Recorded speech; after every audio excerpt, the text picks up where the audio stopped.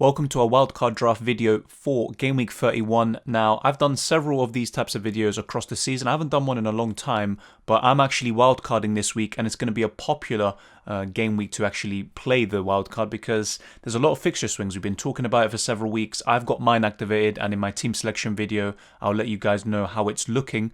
But this is quite similar, I'll be honest. There's a few things that I'm going to discuss. There's a few players that are not locked in, but the rest of it, the core, is firmly established, and I'll be explaining why. And the kind of difference between the team selection video there is I'm going to kind of be talking about my own personal plans and what I'm doing and why I'm going for certain players and differentials. But in this video, I'm going to try break down every single player in this wildcard draft and why you should be going for them. But there are also some alternatives which I'll get to. I know the Wolves assets are going to be very popular, but I'll be discussing them shortly. Now, we'll start in goal. We've got two keepers, and Forster and Mendy, I think, is probably the best combination you can go for, but there are alternatives, of course, and I'm going to be discussing it for every single position. Now, with Forster, he does have a double game week coming up, and if he can maintain that spot, for 4 million, you can't really go wrong. Southampton defensively are pretty poor, let's be honest, but for 4 million, you can't complain too much. And with Mendy, Chelsea have been keeping so many clean sheets. I know that West Brom game looked like a major blip, but they were down to 10 men, although, let's face it, you shouldn't be conceding 5 anyway to West Brom. But regardless, I think Chelsea assets provide great cover. I'm not too sure about the midfielders and attackers. That's why I don't have Mount, which you could still go for, but I think the defence is what you should target with Chelsea. And having Mendy and Rudiger, or maybe an Azpilicueta, and if you really want to go rogue and try target those big hauls, then Marcos Alonso for his attacking potential. On another day, despite conceding 5, Alonso could have had a double-digit haul. He nearly scored, he nearly got another assist, but obviously I think Werner gave the assist in the end from Alonso's pass. But I think Mendy is probably the best goalkeeper you can go for right now, and over the last 5-6 game weeks, he's still the top scorer from any goalkeeper. Now, I'll be honest though, this is stuff that you have to think about on a wildcard because you're setting yourself up for the rest of the season. From game week 35 onwards, the fixtures don't look that good for Chelsea, so a double up isn't feasible. So you look at 35, they've got Manchester City away, which is tough. Arsenal at home, that could be tough depending on which Arsenal turns up. And then Leicester at home and Villa away. Not a great way to end the season, I think. So maybe what I would advocate, and I know goalkeeper transfers aren't ideal, but what you could do if you don't start off with Mendy and another top keeper already is you could have Ederson in there. I know he's very expensive. I know he's pretty much capped at 6-7 points, but I think Ederson will still be very, very good because City are going to keep clean sheets up until the rest of the season, and they have some good fixtures to end it. And right around where Chelsea's fixtures turn for the worse in 35, City's are reasonably good. I know City do face Chelsea, but you'd back Ederson for that clean sheet more so than Mendy. So that's something I would advise. So going forward, you could maybe get Ederson in for Mendy or Forster, depending on what your budget is looking like. So keep that in mind. Now, this is an interesting one. I've got triple Spurs and I've got one City player right now. So one thing you have to really bear in mind is Game Week 33, the blank Game Week 33. And if you're in a position where you have 3 or 4 players from those two teams, you're going to basically be limiting yourself to 10 players in Game Week 33. So you've got to have transfers planned from Game Week 32 to 33 in order to counteract that. Now, the reason why I have Reguilon in there, I'll be honest, I don't trust Spurs defensively. I don't think they're great assets. And I know they have good fixtures from Game Week 34 onwards with the likes of Sheffield United. But with Reguilon, it's mainly targeting the double game week. You could also go for Lloris in goal, to be fair. And there is Sanchez, who, to be fair, I haven't really even mentioned, but he's a great option. And for Game Week 33, especially when Brighton have Sheffield United, I think he's a very good option. So those are the sort of keepers I'd be looking at. But with Reguilon, it's mainly just for Game Week 32. And then after that, I would probably sell him. Either for a Creswell, you could go for another Chelsea defender if you want, although I wouldn't triple up on Chelsea defence, I'll be honest, especially after that West Brom game. But I think Reguilon could be very good for Game Week 32. He could offer you maybe a double-digit haul in there. But then going forward, despite the good fixtures, I would not go for him. So maybe a Creswell, you could go for a Soufal, who did get an assist against Wolves yesterday. So those are the sort of players I'd be looking at. But you could also actually double up on Liverpool defence and go with Phillips and Arnold. I think they would offer great value. The problem I have, and why I don't have Phillips in this team, is because you want the attacking potential of Arnold, and you also don't want to limit yourself to having to make an extra transfer to bring Salah in, just in case he starts bringing his form back and trying to really go for that golden boot. So Reguilon, I think, is a good option for Game Week 32, but beyond that, he's not a great long-term option in my opinion, and I don't think he offers better value than some of the other options out there. And I think Creswell, despite West Ham being quite poor defensively recently, I still think he stands out for his attacking potential.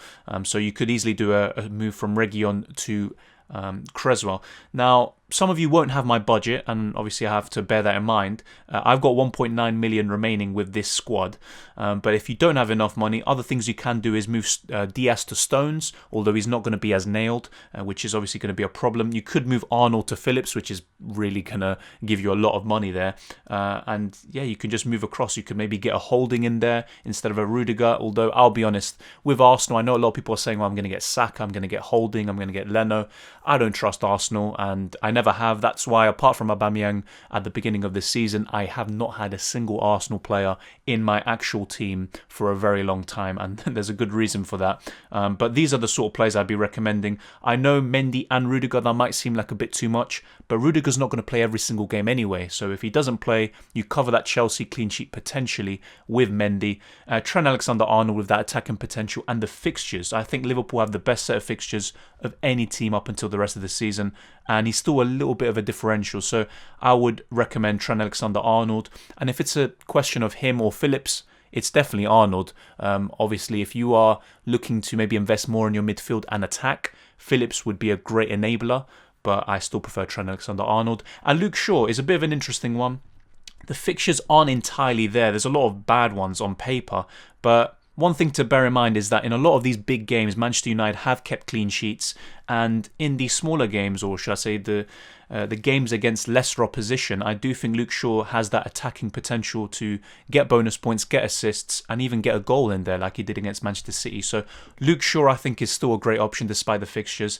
And taking Game Week 32 aside, the double game week, I think Creswell over Reguilon would be the ideal one. And if you do back Wolves, there is Connor Cody, there is Roman Saiss, who I think is probably the one I'd go for from the Wolves defence. But I'll be honest, I'm looking at Wolves. I know the fixtures look very good on paper, but they're facing teams with a lot to play for, and Wolves defensively have been shocking. They have kept the least clean sheets of any team other than Sheffield United since Game Week 8, which is just simply not good enough.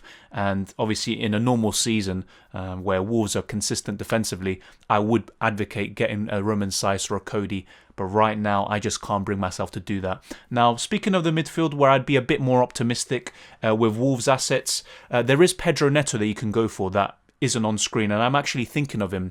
But then again, you look at his goals and assists. He tends to get these assists. He got one against West Ham yesterday, but he's only got one goal since Game Week 13. That is awful. But Pedro Neto is a quality player, don't get me wrong. It's just Wolves offensively are also very, very average, if you know, and I'm being pretty nice there. So the midfielders I would recommend are these ones on screen. There are going to be others, and I'll talk about them shortly, but Maddison, he's a great differential, I think, and he's only owned by less than 5% of the game. And when I actually got him in for my team, he was, 4% owned? So he is going up slowly but surely, and with good reason. And before his injury, look at his returns. He was actually doing it on a consistent basis. He got 10, then 9, then 8, then 2, then 5, 11, 2, 8, 9, and then he got injured. So very, very consistent, and he was going under the radar around January, February, so he was doing a great job. But Maddison is definitely someone I'd recommend. From Leicester's attack, I'll be honest, until Harvey Barnes comes back, Maddison would be top of my list. He'd be above Jamie Vardy, he'd be above Iheanacho. I think he's a great option. He's on set pieces, he's got the assist potential, and he does have the odd goal in him. So I would thoroughly recommend James Maddison. And there is Jack Grealish, to be fair. I mean, whenever you mention Maddison, you think of Grealish. But the problem with Aston Villa, despite having a double game week coming up, the fixtures for Villa are very poor, and that's why you don't see any Martinez in goal, who has been a mainstay in many of our teams for the whole season. Jesse Lingard has just been exceptional. That's back-to-back 12-pointers, and yeah, this guy's just been the real deal. He's scoring great goals, he's getting assists, he's getting goals, and this guy I think can keep it up until the rest of the season. The fixtures aren't great, but from game week 36 onwards, that's when you definitely want to have Lingard and maybe even double up on West Ham attack. But Jesse Lingard's a great option, and he was a differential when I got him in. He is going up, and yeah, with all the points he's getting, everyone's going to be bringing him in, especially on a wild card. And to be honest, I think he's going to be owned by 25% of the game very shortly, at least anyway. And then you look at Bruno Fernandes, there's not much more that needs to be said. Yeah, maybe he hasn't been too good recently. The underlying stats aren't there, his points returns aren't there, the goals and assists, but I still think it's worth having him, and there's not much more that needs to be said about Bruno. He can be captained in some weeks. For example, when he does play Leeds United, I think he could be a good captaincy option, even Burnley. So I think Bruno Fernandes isn't done yet. He could reach just even more goals and assists. I think he could get to 15-15 for both, but we'll have to wait and see. And he is a bit of a shield. I don't like all this effective ownership talk or shield stuff, but it is just a way of saying that if you do have Bruno, you're just going to cover his points and you're not going to worry too much. You're going to be hiding behind your sofa if you don't have him, basically. You do want to get someone as consistent as him. Now, with Heung-min Son, it is an interesting one. And you look at his last 13 game weeks, believe it or not, he's got 1 goal and 3 assists. That is awful. Absolutely awful from Heung-min Son. But he's got that double game week in 32. He's got great fixtures from 34 onwards. But one thing I will say about him is that if he doesn't perform in game week 32 and then in game week 34 against Sheffield United, Son really isn't showing that much, then I think there is a case of just having Harry Kane and forgetting about Heung-min Son. But I would give him a chance. I know he does blank in 33, but if he does well in 32 and in 34, I think it places him in good stead for the rest of the season. So a double up in Spurs attack is what I'd mainly recommend.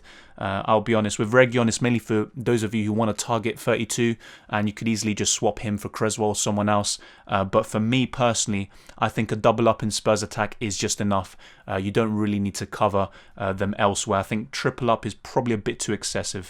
So yeah, this would be my personal preference here, as you can see here.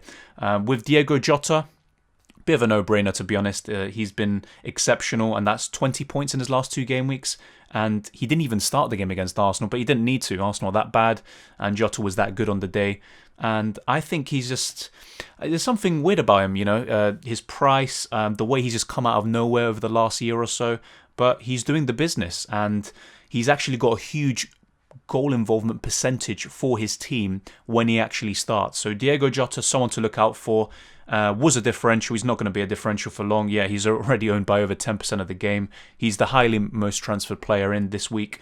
So yeah, Diego Jota is a no-brainer. Now, if you do have enough money, or if you kind of want to go different and go away from Bruno Fernandes, Salah is, in a way, a differential compared to the other big hitters. And a double up in Liverpool attack and Trent Alexander-Arnold, I think you cover Liverpool perfectly. That is the perfect triple up for Liverpool, having Salah, Jota and Trent Alexander-Arnold, in my opinion. But that doesn't mean it is the right way of playing it. It's up to you, but that would be my ideal one. In terms of other midfielders, I'll be honest, I'm not too sure. Kevin De Bruyne, but there is the question mark about will Manchester City be rotating a lot, and I think they will. They've got the Champions League, which is their priority now. The league is nearly wrapped up. They've got the Carabao Cup final coming soon in Game Week 33, and they also have FA Cup games to look forward to. So Kevin De Bruyne, I'd still always recommend, no doubt about it. And he will be the most nailed City attacker of them all, but there is a question mark around him. So yeah, other than the players you see on screen, Salah, Kevin De Bruyne, they still remain good options. Would I look elsewhere? I think Harvey Barnes when he returns from injury. And one thing that does stand out really is no Rafinha. And his fixtures from Game Week 34 onwards are very good, but for the next 3, not ideal. But yeah, Pedro Neto and Rafinha, they'd all be recommended, of course, especially Rafinha. And in terms of my team, I'll be talking about in my team selection video. I have a plan of getting him and Bamford and other players back into my team, but obviously I'm going to have to wait. I don't want to just get them in just yet with those 3 poor fixtures that Leeds United have. But yeah, this is how I would look, and those are the other midfielders I would recommend. In terms of the defence, I mean, I didn't really suggest too many alternatives other than the Wolves players potentially, but in my opinion, these are the kind of ones you should be going for. The defence was probably the easiest thing for me to decide on a wildcard. The midfield's a bit more difficult, and then in attack, we're getting less and less options every single week. But speaking of the attack, I've got Bamford, Kane and Iheanacho here for you lot. But I'll be honest, there's a major caveat to this.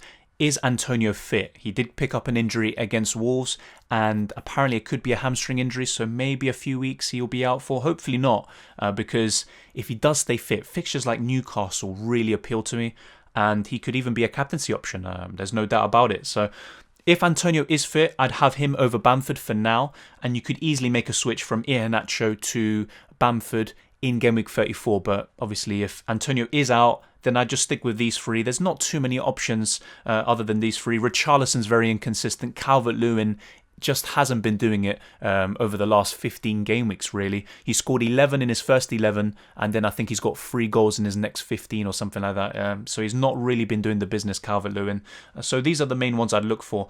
There is a major question mark around Iheanacho, with Maddison coming back, and if Harvey Barnes is back soon. Will Iheanacho continue to get those starts? I don't think so, but he is worth a punt. He is a differential, and over the next few, especially in game weeks like 33, where some people will struggle to field 11 players, Iheanacho can be a great differential who can boost you up the ranks with fixtures like West Brom, Palace, Southampton away and Newcastle at home. You know, very good. And then, yeah, definitely from game week 36 onwards, you can get rid of him. The fixtures look very poor, but he still has the potential to score against them. And Harry Kane, I think, should be a no-brainer. And yeah, I mean, what a captain he was in game week 30. Very good. And he got that double-digit return, which, to be fair, he hasn't got too many of them this season. He tends to get 8 or 9 points, but a welcome addition. He's the top scorer. He's the top assister. Yeah, I think I wouldn't say you're a fool. I wouldn't say you're an idiot for not going with him. I'd say you're very brave. But in my opinion, just go with him. And yeah, I mean, his ownership is just going to get higher and higher as the weeks go on. Harry Kane is, just like Bruno Fernandes, someone that you don't really need to talk about too much in detail. But with Bamford and Rafinha, I wouldn't say don't go for one of them in your wildcard. I would maybe try to have one of them in there if you can. And you can bench them up until Game Week 34, and then they can basically be in your starting lineup until the rest of the season. But from Game Week 34 onwards, when Leeds' fixtures turn for the better, I would recommend having both Bamford and Rafinha. And yeah, I'd probably, in my case, move Iheanacho on to Bamford, but it all depends on if Antonio is fit or not. If he isn't, then I don't really like the other strikers that are available. You look at Danny Ings, yeah, he's an option, but too many poor fixtures, so not for me. I look at Wolves as strikers, I don't like them. Watkins, don't like the fixtures, and Watkins is very inconsistent himself.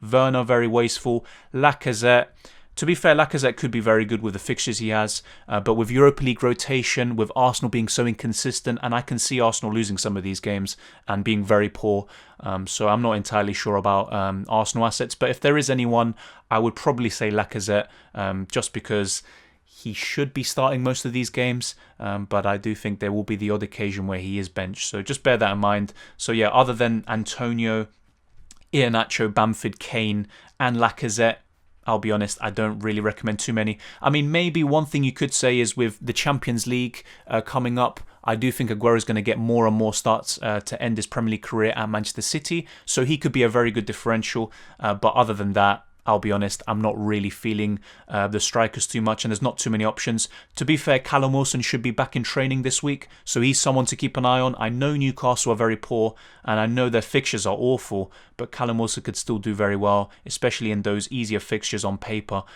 including Arsenal. But yeah, those are the sort of players I'd be recommending on a wild card, and if there are any that I've left out that you think, then let me know down in the comment section below. And if you enjoyed this video, smash the like button and subscribe if you're new around here. I'd really appreciate it.